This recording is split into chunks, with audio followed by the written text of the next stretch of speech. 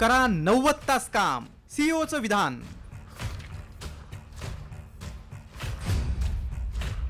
बायकोचं तोंड किती वेळ पाहणार?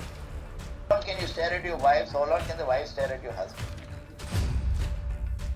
दीपिका पदुकोणचा संताप.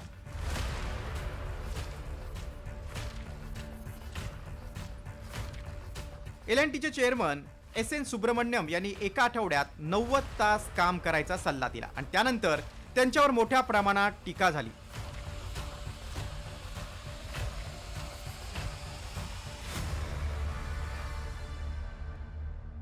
सुब्रमण्यम यांच्या कंपनीच्या कर्मचाऱ्यांसोबत एका व्हिडिओ कॉन्फरन्सद्वारे चर्चा करत होते.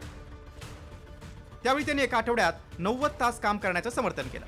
यास मला खेद वाटतो की मी तुमच्याकडून रविवारी काम करून घेऊ शकत नाही. त्यात घरी बसून बायकोचं तोंड किती वेळ पाहणार असंही त्यांनी म्हटल्यानं सिनेविश्वापासून ते उद्योग जगतातील दिग्गजांनी त्यांच्यावर टीकेची झोड उठवली. एल&टीच्या सीईओनं नेमकं काय वक्तव्य केलंय पाहूया. I regret I'm not able to make you work on Sundays, to be honest. If I can make you work on Sundays, I'll be more happier because I work on Sundays also. What do you do sitting at home? How long can you stare at your wives? How long can the wife stare at your husband? Come on, get to the office and start working.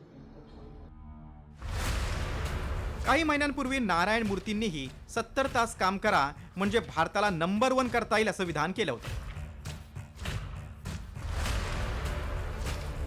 त्यानंतर मूर्तींवर देखील बरीच टीका झाली होती.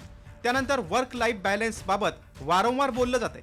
त्यावरूनच अभिनेत्री दीपिका पदुकोणनं तिखट प्रतिक्रिया देत एल&टीचे सीईओ सुब्रमण्यम यांच्यावर टीकेची झोड उठवली.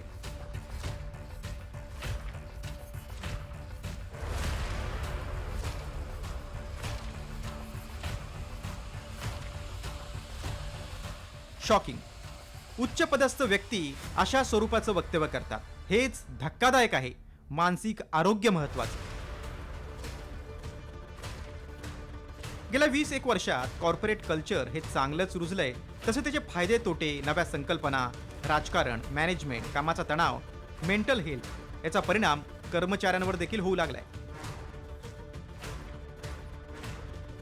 सरकारी नोकरी म्हणजे आराम हे दिवस गेले आणि कॉर्पोरेट मजूर अशी बिरुदावली यात काम करणाऱ्या कर्मचाऱ्यांना गमतीनं जोडली गेली.